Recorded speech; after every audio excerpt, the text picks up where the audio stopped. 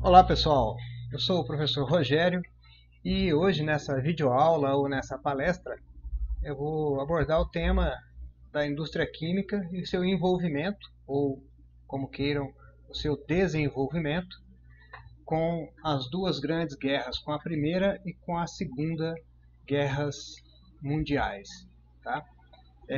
Eu aconselho que durante essa videoaula ou essa palestra vocês anotem termos, conceitos, curiosidades que vocês por acaso não conheçam e depois me escrevam, né, aí nos comentários para tirar dúvidas. Tá?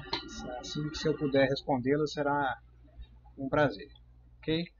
Bom, nessa palestra, resumidamente, eu vou tratar da quinina, né, que é um medicamento aí para tratamento da malária. Vou falar das indústrias de corantes e de medicamentos e da relação entre elas, tá? Entre a produção de pigmentos têxteis principalmente e medicamentos, a formação de um cartel de indústrias. Eu vou falar um pouquinho sobre o período entre guerras, depois sobre a Segunda Guerra de Hitler e do nazismo, e por último apresento as referências bibliográficas. Então, para que a gente possa se situar, né, essa videoaula vai tratar um pouco da história do desenvolvimento científico, mais especificamente da química, né, que é a minha área de formação, entre os anos de 1850 a 1950 aproximadamente, né, um período aí de aproximadamente 100 anos. Tá? Então vamos lá. A malária é uma doença transmitida pela fêmea do mosquito Anopheles, né, quando essa fêmea está contaminada com plasmódio, com o protozoário plasmódio, né, tem duas espécies possíveis. Se ela estiver contaminada, a fêmea pode transmitir esse plasmódio para o ser humano, né? Esse plasmódio vai até o fígado, lá ele começa a ovoposição. Esses ovos infectam as células do fígado, os hepatócitos, e também eclodem e vão para as células do sangue, para os eritrócitos, e ocupam esses eritrócitos, e o desenvolvimento dos ovos dentro desses eritrócitos causa a sua erupção, né? Esses eritrócitos estouram. Então aí são mais ou menos, de forma resumida, o mecanismo da transmissão da malária. Tá?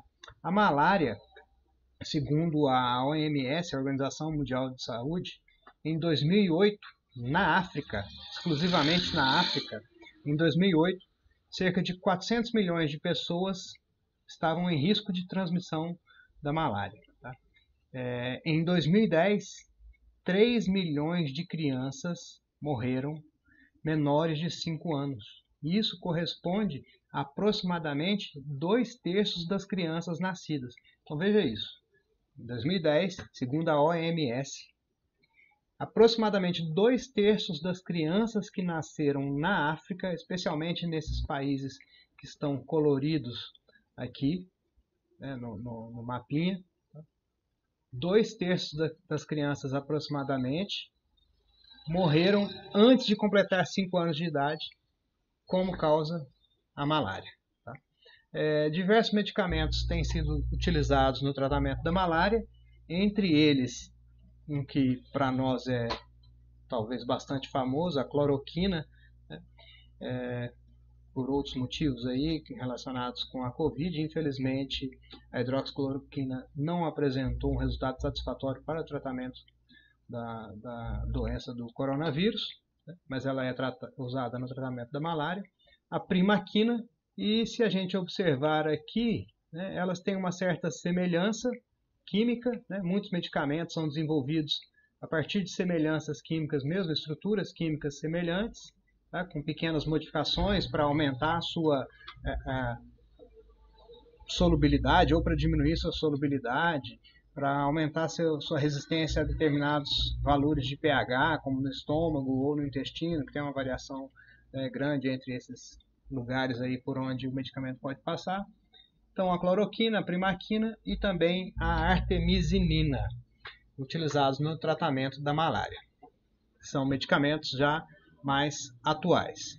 O tratamento da malária inicialmente se deu a partir de extratos vegetais da cinchona, né, que é também conhecida como quina, tá? E daí uma das substâncias é a quinina, né, ou seja, a derivada da quina, que era utilizada no tratamento da malária. Tá? Se eu não me engano, a água tônica, esse refrigerante que a gente tem por aí, contém quinino, né, e que dá aquele sabor levemente amargo. Para água tônica é essa substância aí usada no tratamento da malária. Bom, muitos medicamentos foram produzidos, principalmente inicialmente, ou foram descobertos a partir de extratos vegetais. Tá? Só que para que a gente consiga um medicamento a partir de uma planta, geralmente a gente precisa de uma grande quantidade da planta para que se faça a extração daquele princípio ativo, ou seja, daquela substância que tem algum efeito benéfico para o nosso organismo, né, em termos de saúde, de tratar alguma doença. Então, uma grande quantidade de planta que é processada para se obter geralmente uma pequena quantidade do produto principal, né, do princípio ativo. Então, isso acaba fazendo com que seja industrialmente ou comercialmente pouco viável, né, alimentar, ou melhor, suprir o mundo com medicamentos exclusivamente a partir de fontes vegetais. Então, por isso, né, os químicos, já há mais de séculos, tentam sintetizar alguns princípios ativos, algumas substâncias, algumas drogas ou medicamentos. Tá? Aqui, quando eu usar o termo drogas, na maioria das vezes, eu me refiro às drogas benéficas ao nosso organismo, também conhecidas como medicamentos. Bom, então busca-se uma síntese industrial, uma síntese laboratorial, tá? Ou seja, produzir aquela molécula, aquele tipo de substância num laboratório, para que você possa levar isso para a escala industrial e produzir grandes quantidades para suprir todo o planeta, tá, desse medicamento. Levando isso em consideração, Henry Perkin, né, em 1856, né, Henry Perkin, um químico inglês, ele tentava sintetizar a quinina para o tratamento da malária. Tá? A estrutura química da quinina, que está apresentada aqui, ela foi elucidada, ou seja, ela foi desenhada dessa forma, descobriu-se que ela tem essa forma já bem mais recentemente. Tá?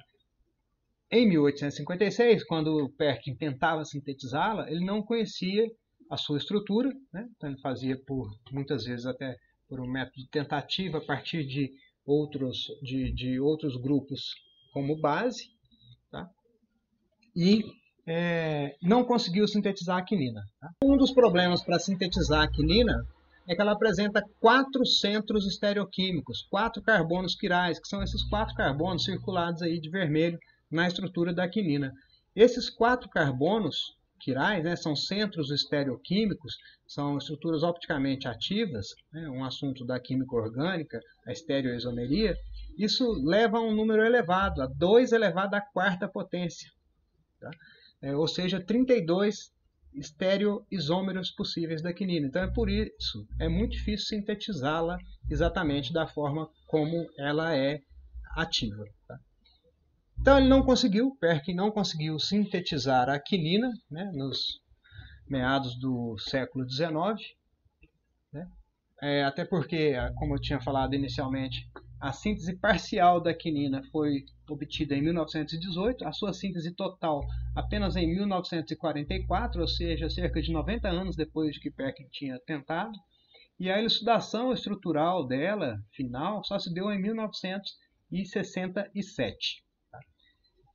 Como Perkin tentava sintetizar a quinina, ele por acaso, né, vamos dizer por acaso, eu não sou muito fã dessa palavra, não foi por acaso, ele estava trabalhando e aí descobriu uma outra coisa, né, ele não simplesmente jogou lá e aí surgiu isso, não, estava trabalhando e observando, né, um trabalho de laboratório, você tem que observar todos os resultados, para que você, entre aspas, tenha a sorte de descobrir coisas como, por exemplo, Perkin descobriu, entre aspas, por acaso. Ele descobriu uma substância que apresentava uma coloração violeta, né? Essa substância aqui, chamada de malveína. Tá, mas qual que é a novidade disso? A novidade disso é que até então não existia nenhum pigmento artificial, ou seja, nenhum pigmento que poderia ser feito no laboratório, poderia ser levado para uma indústria para ser produzido em grandes quantidades, com a cor púrpura. E o Perkin conseguiu sintetizar, né, tentando a quinina. Não conseguiu a quinina, mas conseguiu a malveína. Tá? A malveína, então, esse pigmento dessa coloração aí, púrpura ou arroxeada, né, descoberta em 1856 pelo Perkin, que então tinha apenas 19 anos, né, foi uma, digamos assim, uma revolução na moda inglesa, né? Então aqui temos um vestido tingido com essa malveína, o selo britânico também com esse mesmo pigmento aí. Tá? O nome malveína é porque esse pigmento ele era obtido também, né, antes de ser conseguida a sua síntese industrial, a sua síntese em laboratório, ele era obtido a partir de uma planta chamada malva. Interessantemente, a indústria de corantes, né, o pigmento da malveína aí faz parte da indústria de corantes, né? Essa indústria não prosperou na Inglaterra. Por que não prosperou na Inglaterra? Os estudantes alemães, que também tinham uma indústria química já bastante bem estruturada nessa época, os estudantes alemães iam para Londres para estudar com Hofmann e com Perkin, estudar para aprender a sintetizar esses corantes. E com isso, na virada do século XIX para o século XX, a Alemanha concentrava grandes indústrias químicas, como a Bayer, a Hecht, a Agfa e a BASF. Grandes indústrias, né, de nomes, pelo menos alguns desses aí bastante conhecidos, né, pelo menos a Bayer e a BASF, acredito que todos já tenham ouvido. Quem é mais da área da ciência, da química, talvez já tenha ouvido falar também da Hecht e da Agfa. Tá? Então, a Alemanha mandava seus alunos para a Inglaterra para aprender os princípios químicos da indústria química e levavam esse conhecimento de volta para a Alemanha. A companhia Bayer, por exemplo, em 1899, patenteou a aspirina, né?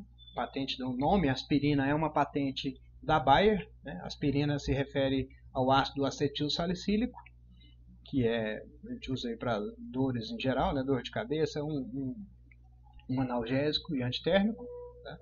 E a Bayer também fazia utilização, né? Produziu heroína e morfina para uso em combate. Né? Os combatentes, né, das Forças Armadas lá da Alemanha usavam, acredito também que de outros países também, heroína juntamente com a morfina para aliviar a dor, né?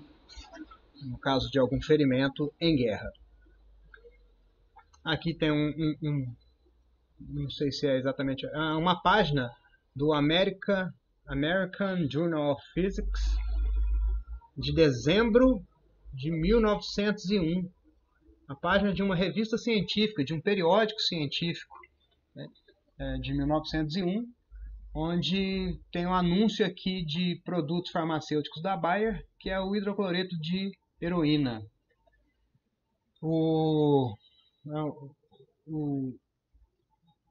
É um dos xaropes aqui para tosse, né, um licor para tosse, como diz aqui, utilizado em bronquite, isso aqui não sei o que é, tosse. Bom, né? Parece estranho, né? Usar heroína para tosse, mas não é tão estranho assim não. Pode até pensar, mas isso ocorria lá em 1901, não. Até recentemente ainda se usa heroína, ou melhor, derivados, né, da heroína, substâncias com uma estrutura molecular muito próxima à da heroína, para supressão da tosse, sim. Tá?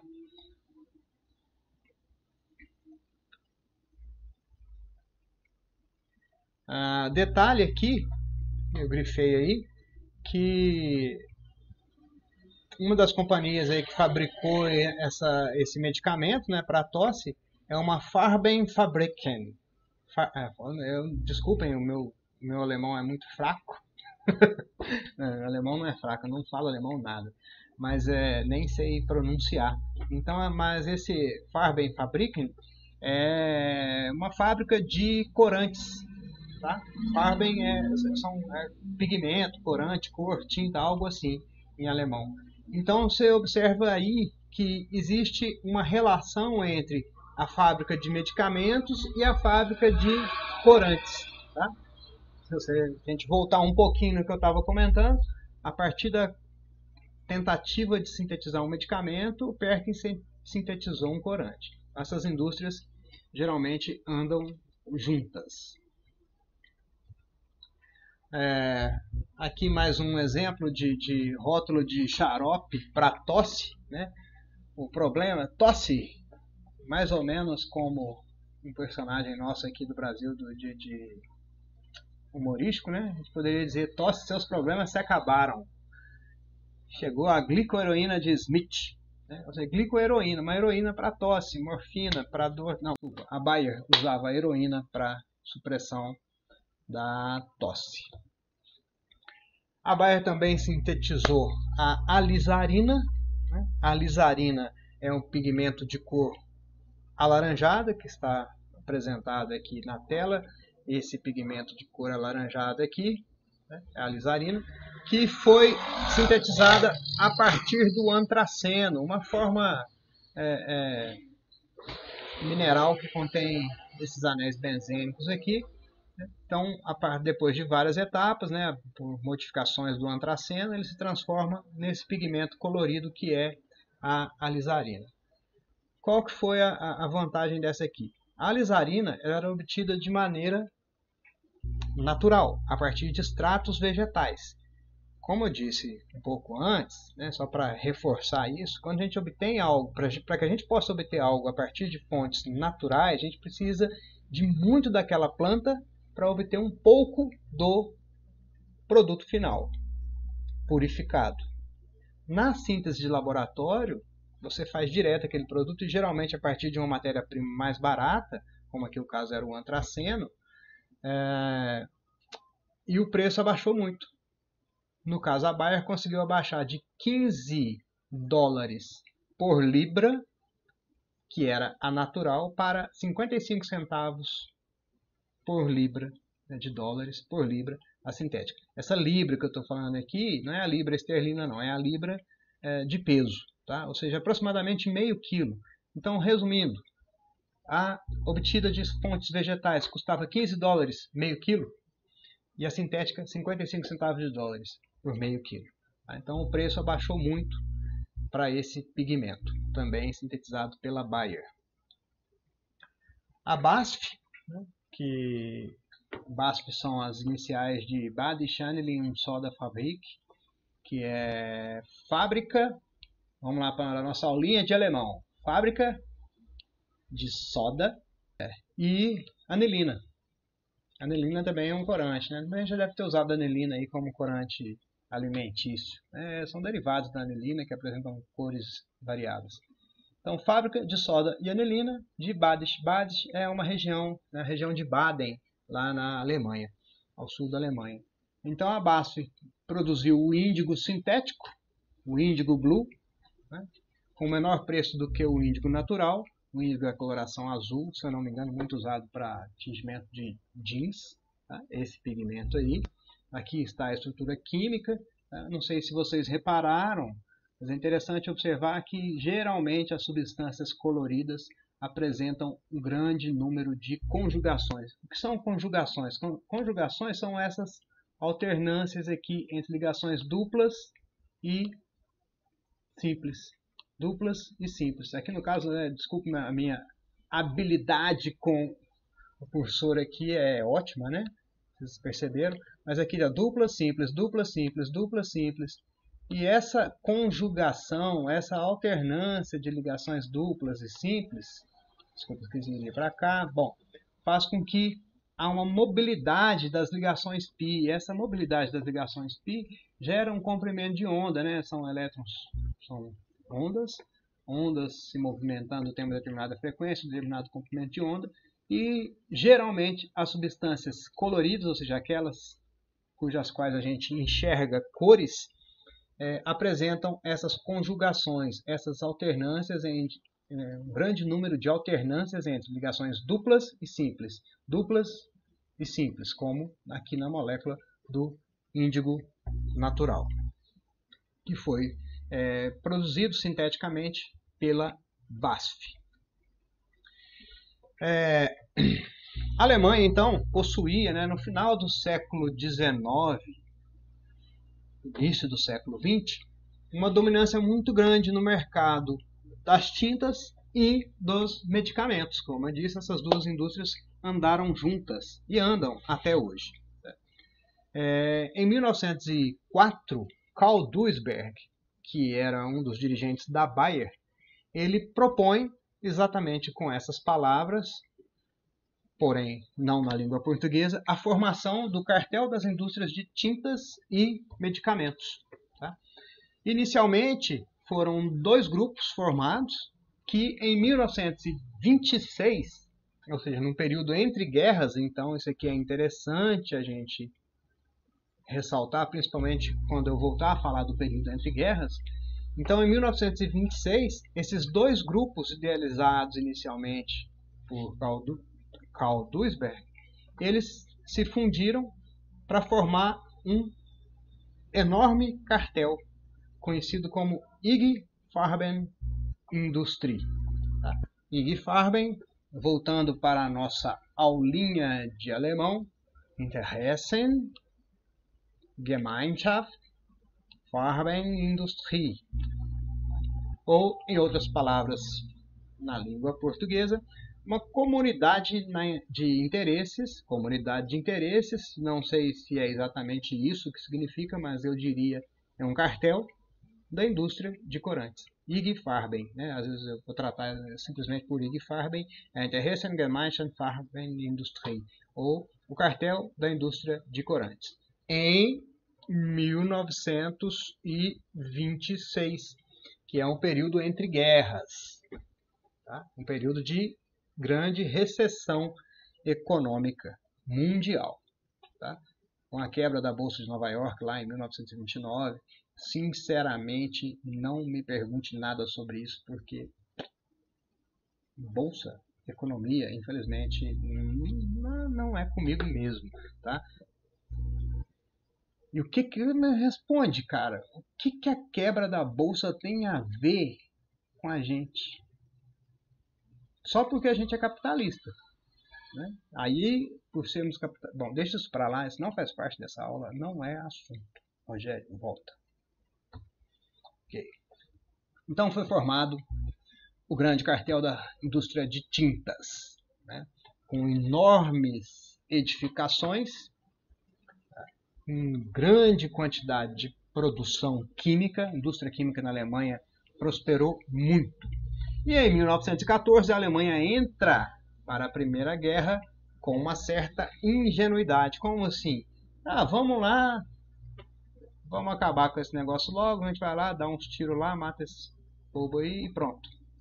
Então ela tinha pólvora suficiente para apenas poucos meses de combate. A pólvora era produzida a partir de nitratos que eram importados do Chile. Não sei se vocês já ouviram a palavra, ou desculpem, o termo salitre do Chile. Salitre do Chile é uma forma de nitrato que é utilizada para a produção de pólvora. Só que no período da guerra, da Primeira Grande Guerra Mundial, a costa da Alemanha estava bloqueada pelos britânicos. E dessa forma, a Alemanha não conseguia trazer o salitre do Chile para a Alemanha. Então, ela não conseguia produzir pólvora a partir da matéria-prima que continha nitratos. Então, o que ela tinha que fazer? Ela tinha que produzir a própria pólvora, partindo, entre aspas, do zero. E quem fez isso para ela? Um deles, Fritz Haber, um químico alemão, super nacionalista, só que tem uma palavrinha aqui para ele que vai fazer mal para ele, né? Ele era judeu, tá? Gente, esse risco que eu fiz no judeu aqui é só para ficar bem claro que você já sabe o que vai falar, né? Daqui a pouco aparece Hitler na história, nós estamos falando de guerra. Mas eu queria destacar que ele era nacionalista, super nacionalista. Tanto que ele se envolveu, né? Ele usou seus conhecimentos científicos a favor da guerra. Tá? Que, na minha opinião, não deveria. A ciência não é para a guerra. A guerra não é feita para isso. A ciência não foi feita para isso. Haber conseguiu a fixação do nitrogênio atmosférico. Em poucas palavras, o que é a fixação do nitrogênio atmosférico? O nosso ar contém aproximadamente 78% de nitrogênio, de gás nitrogênio.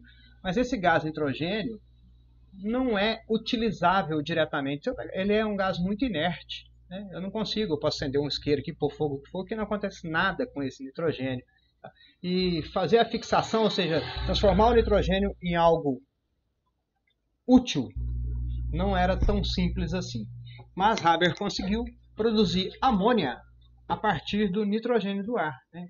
A amônia, que pode ser utilizada como matéria-prima para a produção de fertilizantes, substituindo os nitratos chilenos, lá os salitres do Chile, e também substitui o salito do Chile na produção da pólvora.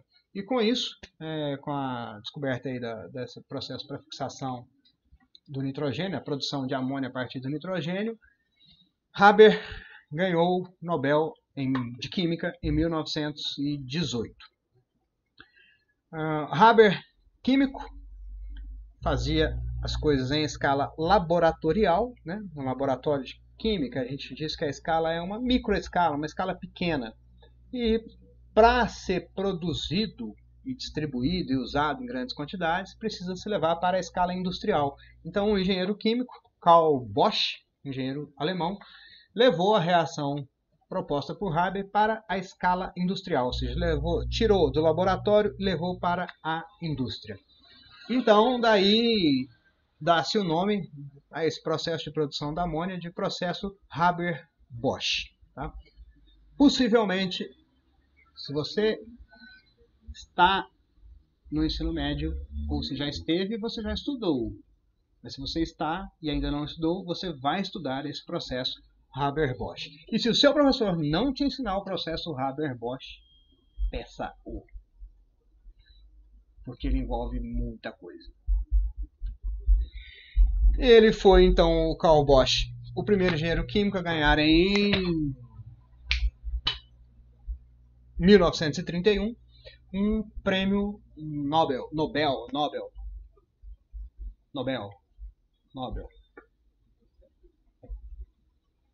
Não sei. Juntamente com Friedrich Bergius, porém por outro processo que, se eu não me engano, era o processo de produção de combustível sintético a partir da hidrogenação da hulha. Difícil isso, né? Depois, né, anota aí, pesquisa, pergunta.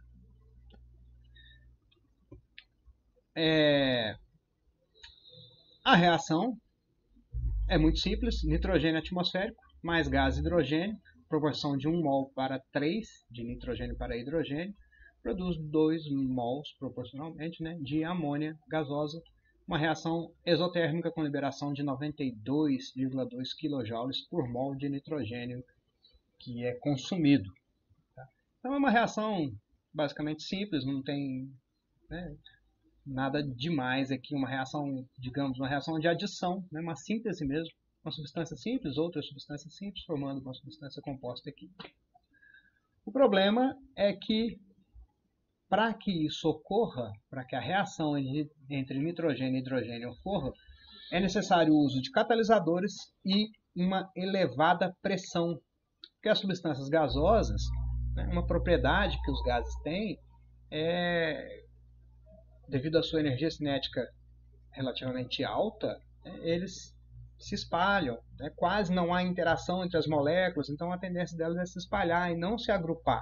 E para ocorrer reação química, é importante que haja esse agrupamento, as moléculas têm que se encontrar uma hora. Então, por isso, para a ocorrência dessa reação, deveria se comprimir o sistema. Essa aqui é a primeira ideia de Haber, lá da escala laboratorial. Observe que são equipamentos pequenos para a produção de amônia. Aqui embaixo está escrito em alemão, Haber-Le-Rossignol, aparato para síntese da amônia. Tá? E na escala industrial, né, uma representação aqui é a seguinte: os gases nitrogênio e hidrogênio são levados para esse reator, né, são comprimidos através aqui, né, um compressor, ou seja, uma bomba que vai girar e vai empurrar os gases. Desculpe o termo, empurrar, né, não é isso. Vai comprimir os gases dentro dessa câmara, que é um reator. Aqui começam as reações químicas entre nitrogênio e hidrogênio. Eles passam por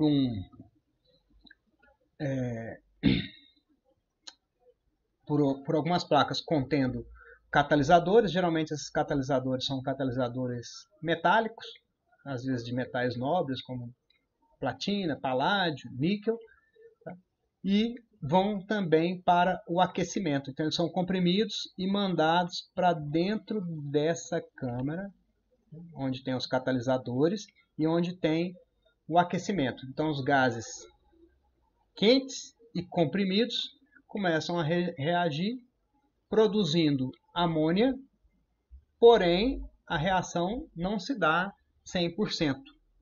Uma parte desses gases vira amônia, outra parte não. Então, o grande segredo para a produção industrial é o reaproveitamento do nitrogênio e do hidrogênio que não reagiram. Eu vou voltar um pouquinho aqui na equação. Olha, tá vendo essa dupla semiceta? Isso significa, aqui, ó, a dupla semiceta aqui, isso significa que a reação é reversível e que ela pode atingir, não estou dizendo que atingiu, ela pode atingir um estado de equilíbrio, mas ela é reversível, ou seja, se eu coloco nitrogênio e hidrogênio para reagirem, esses podem se transformar em amônia. Porém, a amônia pode, vamos dizer assim, se degradar ou se decompor e se transformar novamente em hidrogênio e nitrogênio. Ou seja, você não vai conseguir um rendimento de 100%, colocando apenas nitrogênio e hidrogênio para reagir. Eles não vão se transformar totalmente em amônia e pronto, e acabou, você tem toda a amônia. Não, uma parte dessa amônia volta a ser nitrogênio e hidrogênio. E o pulo do gato no sistema é aqui, onde ocorre uma troca de calor. Nessa troca de calor, os gases resfriam. Com o resfriamento dos gases, há uma tendência maior de condensação da amônia. Tá? Por que será que a amônia se condensa? Condensar, quem lembra, é gás indo para a fase líquida. Tá? Um pouquinho diferente de liquefação, porque as substâncias são naturalmente gasosas e elas vão vivenciar uma fase líquida. A amônia, ela tem átomos apenas de nitrogênio e hidrogênio, com uma grande diferença de eletronegatividade entre eles. Quem não estudou ainda vai estudar, quem não estudou passou, já era, perdeu, volta lá, procura, estuda. A amônia faz ligações de hidrogênio. As interações intermoleculares da amônia são ligações de hidrogênio. São mais fortes que aquelas ligações apolares, as interações apolares que existem em nitrogênio sozinho ou hidrogênio sozinho, tá? Nos gases N2 e H2. Então, as interações da amônia são mais fortes e por isso ela se condensa mais facilmente. Então, nessa troca de calor, inicia-se o resfriamento, né, que passa ainda para um condensador. No condensador tem um fluxo aqui, ó, de água fria. A água fria sobe, percorre esse caminho, né? Vai roubar o calor da sua vizinhança. A vizinhança é quem? Amônio, nitrogênio e hidrogênio que passaram, né, pela reação, que estão aquecidos. Essa água sai quente, né? Ela entrou fria, pegou o calor, sai quente. Isso faz com que os gases se resfriam. A amônia, que faz interações mais fortes, condensa. E ó, a amônia indo embora aqui, ó, as gotinhas, ó, gotinha de amônia aqui. Eu não sei porque que dá aquele risco ali não, mas você tá vendo aqui as gotinhas de amônia, ó. A amônia caiu aqui. Nitrogênio e hidrogênio continuam gases, são rebombeados por esse compressor, são aquecidos novamente, aqui eles estão frios, né? Quando eles passam por essa câmara, eles se aquecem, por quê? Porque eles estão roubando o calor da amônia que veio quente e voltam para o ciclo. Então, o nitrogênio e hidrogênio não saem do ciclo, isso aumenta a produção de amônia, né? Forçando a barra lá naquele equilíbrio químico que eu tinha comentado.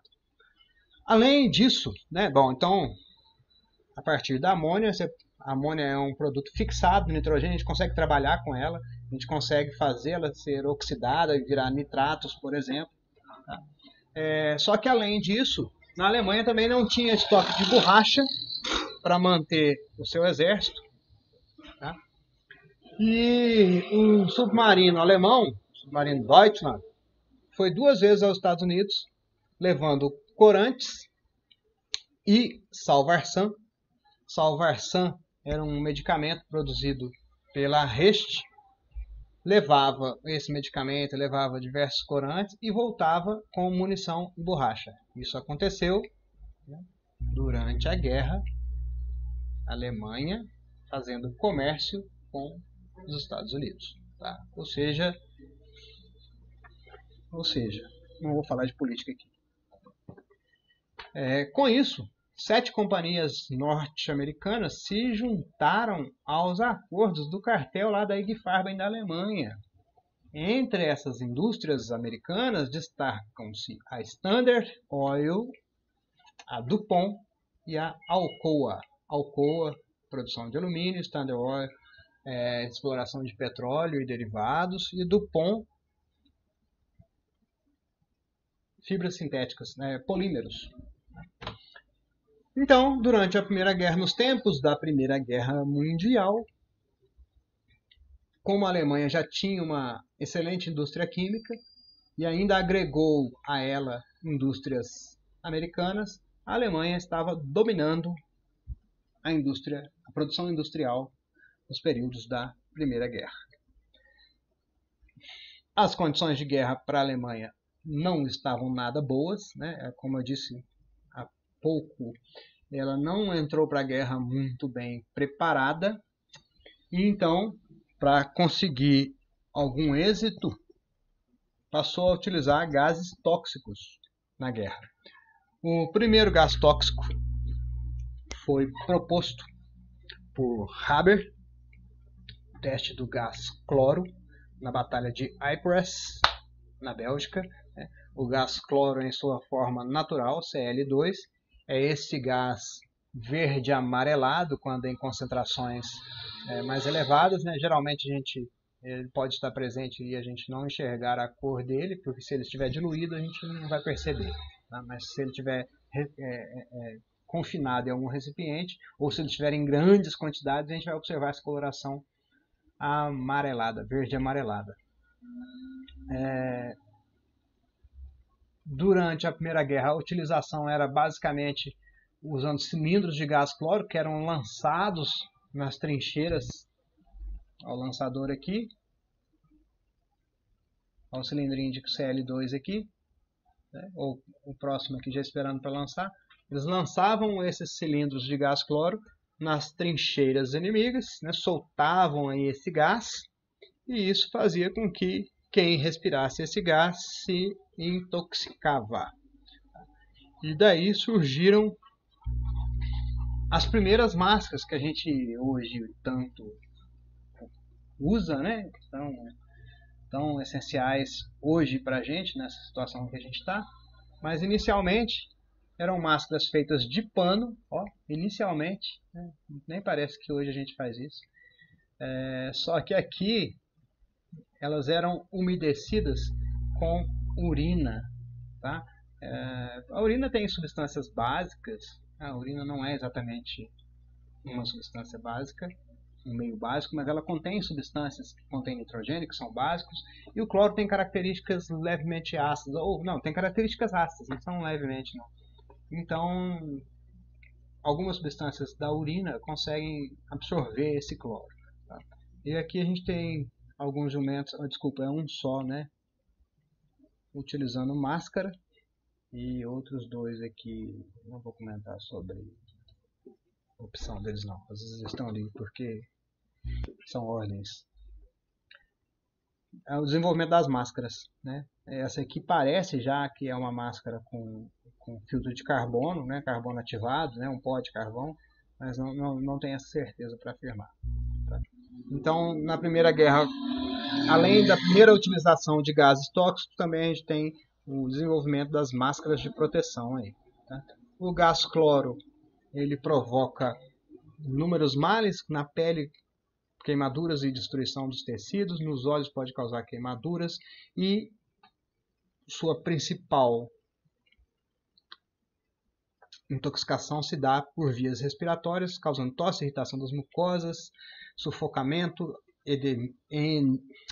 edema pulmonar e até a morte em concentrações maiores do que 100 ppm. 100 ppm são 100 partes por milhão, ou, em outras palavras, você pegar 1 milhão de moléculas do ar, pega 1 milhão de moléculas, 1, 2, 3, 1 milhão, coloca tudo numa caixinha.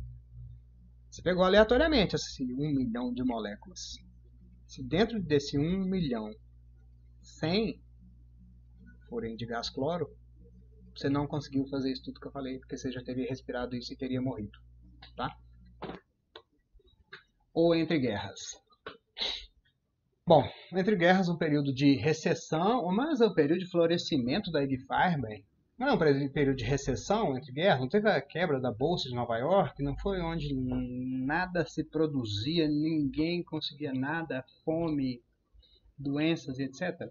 Sim, mas foi um período de florescimento da IG Farben porque ela se fortaleceu utilizando aqueles dois primeiros grupos, né, que tinham sido formados lá antes da Primeira Guerra ainda. Eles se agruparam para unirem suas forças, suas economias, sua capacidade de trabalho. Duisberg, que era um dos diretores da Bayer, que criou a IG Farben, ele já dizia que a Alemanha precisava de um Führer. Führer é um líder, digamos assim. Antes mesmo de Hitler se tornar público, ele dizia que a Alemanha precisa de um líder. E em 1933, então, o Hitler é nomeado chanceler, é o primeiro-ministro da Alemanha. A partir de então, a IG Farben passa a ser acusada de ser uma indústria judia, devido a seus judeus lá nos cargos de direção, engenheiros, químicos e etc. Os judeus das gerências e das áreas científicas foram despedidos. Haber, que era um supernacionalista, aquele químico que ganhou o prêmio Nobel, que conseguiu sintetizar amônia a partir do nitrogênio atmosférico para utilização como fertilizante, como pólvora, fugiu para a Suíça e lá morreu. Dizem que morreu de desgosto, porque ele era supernacionalista. Mas lembra que eu risquei que ele era judeu, por isso que ele não duraria muito tempo nessa história. Quais eram os planos de Hitler para a indústria química? Para a indústria em geral, né? A indústria química, a indústria química dessa época. Queria que a Alemanha fosse autossuficiente na produção de gasolina, de óleo combustível, munição e borracha. Ou seja, o que ele estava preocupado era que a indústria química tinha que alimentar as forças armadas da Alemanha para que ela pudesse vencer qualquer desafio de guerra, né, e conquistar novos territórios, etc. Em 1939, a Segunda Guerra começou e os exércitos alemães, então, estavam arrasando países atrás de país, um após o outro, utilizando gasolina manufaturada, gasolina não é artificial, né? Gasolina feita nos laboratórios e pneus produzidos pela IG Farben. Tá? A gasolina pode ser produzida sinteticamente sem utilização do petróleo, através da hidrogenação catalítica da hulha. Tá? Tudo isso aí. Então, a Alemanha produzia a indústria química alemã produzia para alimentar o seu exército. Havia falta de gasolina e de borracha. Começou a faltar. Ele estava produzindo e estava consumindo, estava produzindo e estava consumindo. Então precisava de maior produção industrial. Para ter maior produção industrial, precisava de mais homens trabalhando. Mas precisava de mais homens para ir para o exército. Então começou a faltar mão de obra. Qual foi o plano de Hitler para isso? Qual foi a solução final que ele teve para essa questão? Ele simplesmente começou a preparar um ataque à Rússia e criou para atacar a Rússia um grande complexo em Auschwitz, ao sul da Polônia, para que pudesse esse complexo industrial de Farben suprir o exército alemão quando fosse atacar a Rússia. Por que foi escolhida essa região aí da Cracóvia, o sul da Polônia, lá em Auschwitz? Por quê? Porque essa região era abastecida por rios, a indústria precisa de muita água, a indústria química precisa de muita água, era abastecida por estradas e por linhas férreas. Então tinha água, tinha como transportar. E outra coisa, essa região era muito rica em carvão, carvão mineral, essencial para a produção da gasolina e de outros derivados. Aqui a gente tem uma foto de 1944 do complexo da IG Farben, lá na Polônia. Então, aqui o rio Vístula, riscado aqui, acho que aparece a indústria de combustíveis, a indústria de borracha, a mina de carvão e processamento, ali o rio Vístula. Então, mostrando como era esse aglomerado de indústrias aí, lá em Auschwitz, lá na Polônia. Em 1942 já faltava muita mão de obra nas indústrias da IG Farben e com isso judeus, ciganos, prisioneiros de guerra e estrangeiros foram todos levados para os campos de concentração. Nesses campos de concentração, todos esses prisioneiros, que não eram apenas judeus, destacando também que tinha cigano, prisioneiro de guerra, estrangeiro, todos eles eram divididos basicamente em dois grupos. Aqueles que tinham força de trabalho, ou seja, aqueles que seriam úteis para trabalhar nos laboratórios, nas indústrias da IG Farben, e aqueles que não eram úteis, que marchariam para os campos de extermínio. Com isso, eles buscavam obter a maior quantidade de trabalho possível, com o menor custo. Eram prisioneiros, basicamente, então não pagava nada, nem dava alimentação, não tratava, não precisava fazer nada, só punha esse povo para trabalhar até a morte, basicamente. Eles eram submetidos a temperaturas muito baixas, sem roupa suficiente, em condições sanitárias inexistentes praticamente, sem alimentação, e iam de madrugada trabalhar, voltavam ao anoitecer. Passavam o dia todo trabalhando, repousavam poucas horas e logo tinham que trabalhar novamente. As imagens não são muito agradáveis. A alimentação era insuficiente para a manutenção da vida. A perda de peso médio das pessoas prisioneiras que trabalhavam era de 3 a 5 quilos por semana. A estimativa de vida depois que esses prisioneiros eram levados para essas condições era de cerca de 3 meses. Nessas fotos, os mesmos prisioneiros antes e depois. Aqui eu não sei exatamente quantas semanas, mas quando chegavam e alguns dias ou semanas depois. Condições extremamente precárias.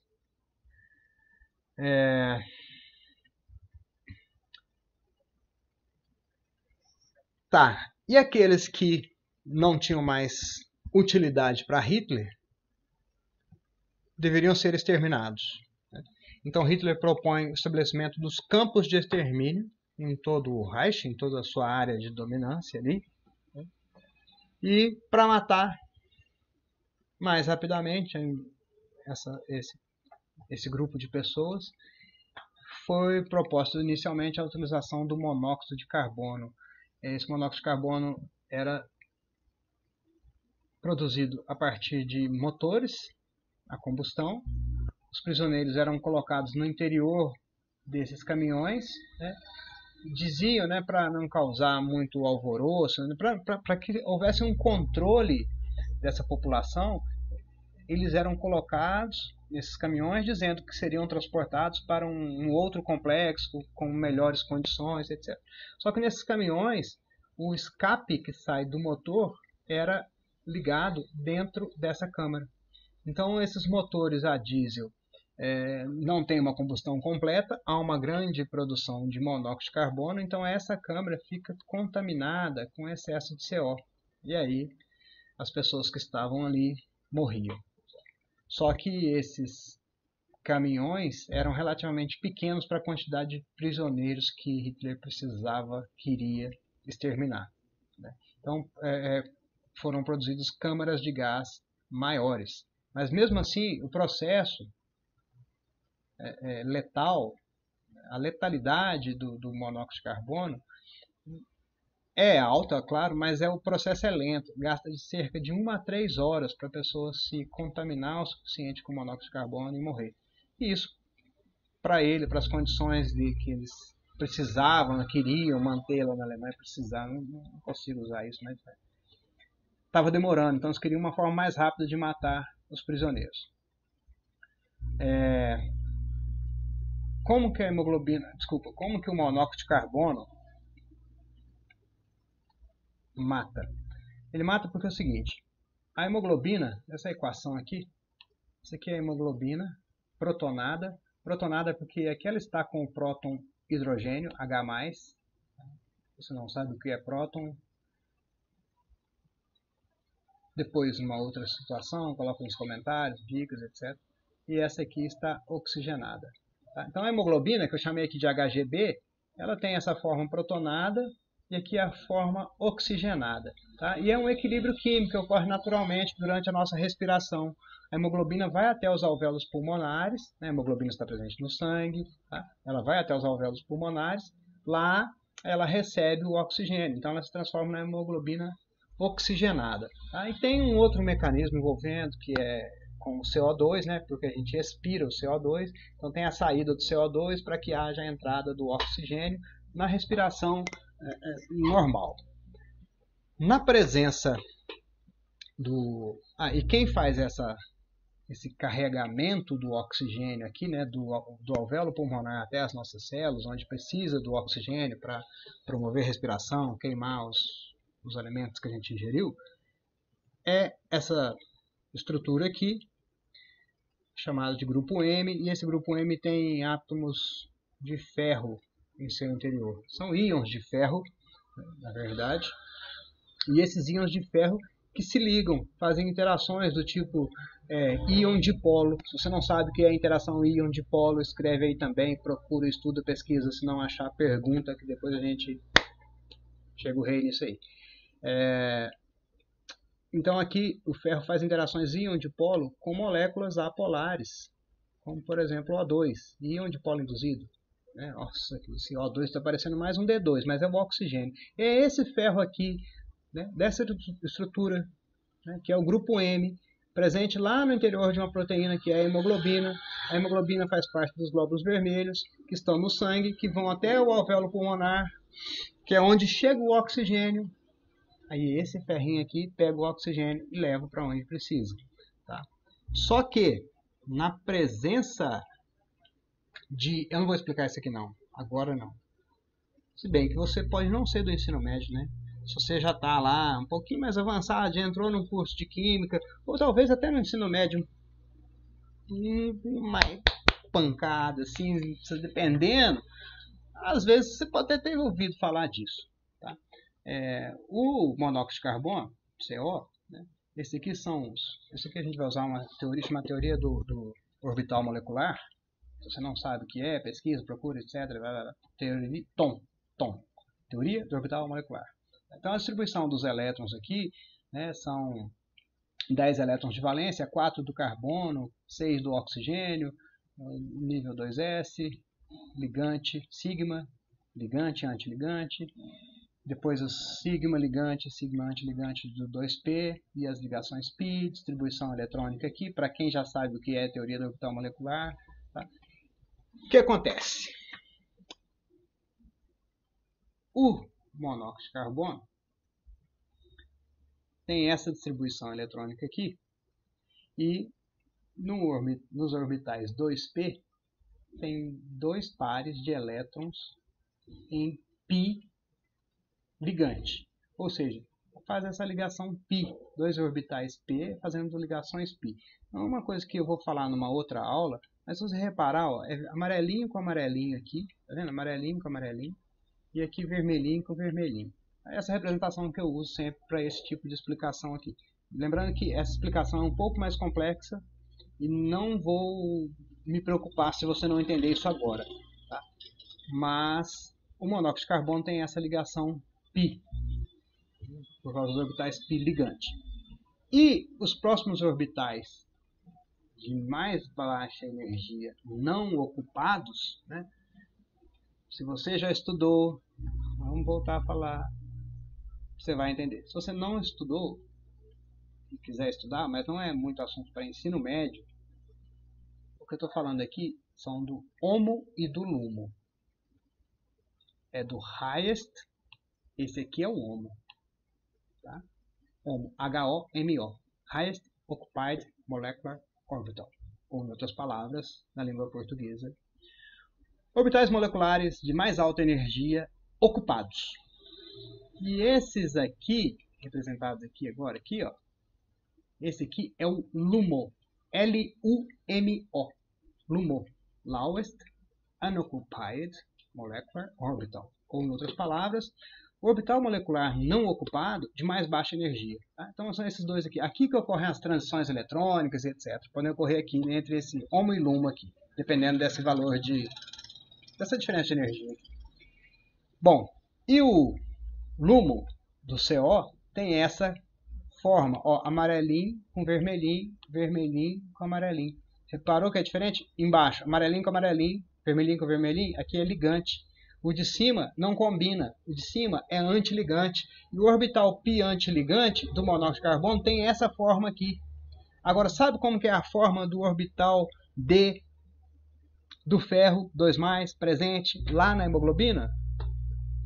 Olha aí, é um orbital do tipo T2G. E esse orbital do tipo T2G tem uma semelhança estrutural, uma simetria apropriada para fazer ligação com o monóxido de carbono. Essa ligação chamada de retroligação π, porque os elétrons do ferro se ligam a essa vacância aqui, ó, essa vacância aqui, ou seja, no LUMO, né, do monóxido de carbono. Aqui não tem elétrons, o ferro tem, o ferro empresta esses elétrons e faz uma ligação π aqui com o monóxido de carbono. E essa ligação π aqui é relativamente mais forte do monóxido de carbono com o ferro, tá? Essa ligação aqui é mais forte do que do ferro com o oxigênio. Então, quando você respira CO, esse CO chega lá no alvéolo pulmonar, a hemoglobina, quando tem o ferro 2+, lá no grupo M, vai encontrar oxigênio e CO. A ligação com o oxigênio é fraca. Ela pode acontecer? Pode. Você vai continuar respirando parcialmente, porque aquele oxigênio vai. Só que a ligação com o CO é mais forte. Então, estatisticamente, a probabilidade de o ferro se ligar àquela ligação mais forte é maior.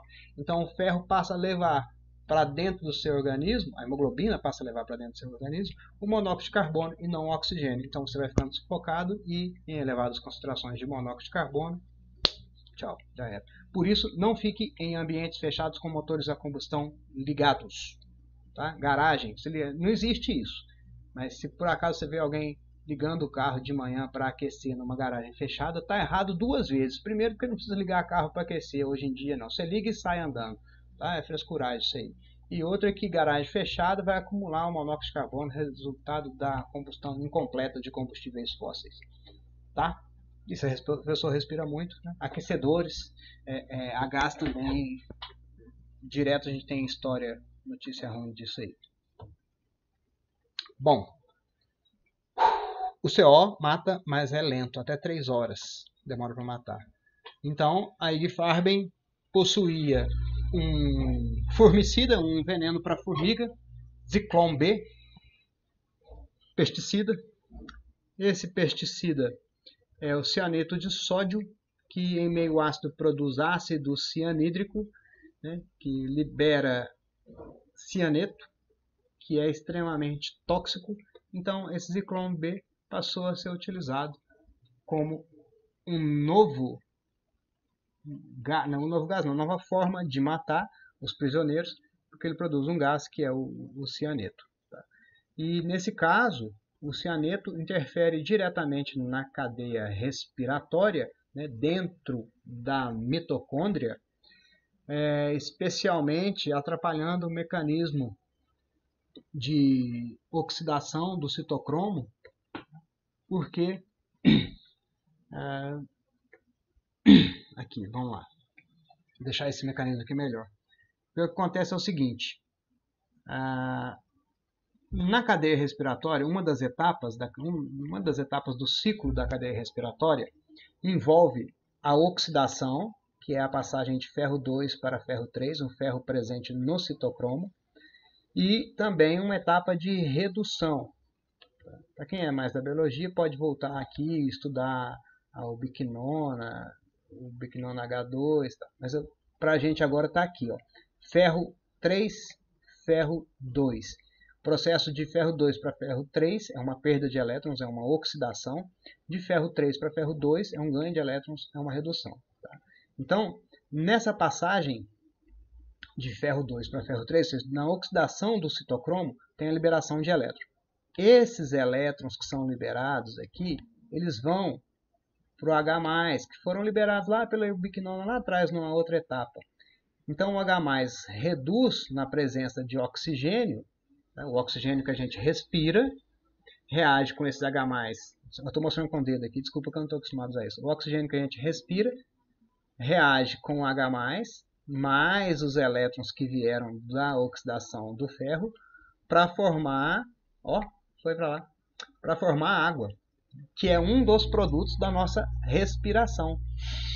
A gente absorve oxigênio, respira, inspira oxigênio, e um dos produtos é a água. A água é produzida nessa etapa aí. Tá? Só que na presença do cianeto, o cianeto se liga ao ferro, e esse ciclo de oxidação e redução não acontece, não há liberação de elétrons, não há redução do oxigênio para que ele possa reagir com o hidrogênio para formar água. Ou, em outras palavras, se você respira cianeto, você não consegue manter a respiração, eu não sei se é correto falar isso, mas a nível celular. Você não consegue manter a respiração celular, a respiração mitocondrial. Tá? Ela cessa. Por quê? Porque o citocromo contém ferro na forma iônica, né? Ferro 2+, ferro 3+, e o cianeto também é um íon. Íon com íon, ligação iônica, é uma ligação muito mais forte do que aquela da hemoglobina com CO. CO é uma substância polar, mas é uma substância molecular. Então a interação da hemoglobina com CO é, digamos assim, do tipo íon dipolo, que é um pouco mais fraca do que íon-íon. Tá? Então a ligação íon-íon do cianeto com o ferro do citocromo é mais forte e praticamente irreversível. Então, respirou cianeto, se a quantidade for suficiente para contaminar um número específico de mitocôndrias, sua respiração para e tchau. Infelizmente, não tem outra notícia. Cerca de 300 mil pessoas trabalharam na IG Farben em Auschwitz. Desses, cerca de 2 a 3 milhões... 300 mil pessoas trabalharam nas indústrias. 2 a 3 milhões foram exterminados em Auschwitz. O total de exterminados, de acordo com a literatura, é de aproximadamente 6 milhões, não só de judeus, né, mas estrangeiros, ciganos, deficientes, idosos, etc., em todos os complexos da Alemanha. Tá? O Joseph Mengele era um dos médicos da turma do Hitler, que fazia experimentos nos prisioneiros de Auschwitz, como teste de novos medicamentos, esterilização de doentes mentais e doenças incuráveis até então, testes de implantes, testes de resistência à dor, testes de resistência à hipotermia, Teste de gases para guerras com alto potencial tóxico.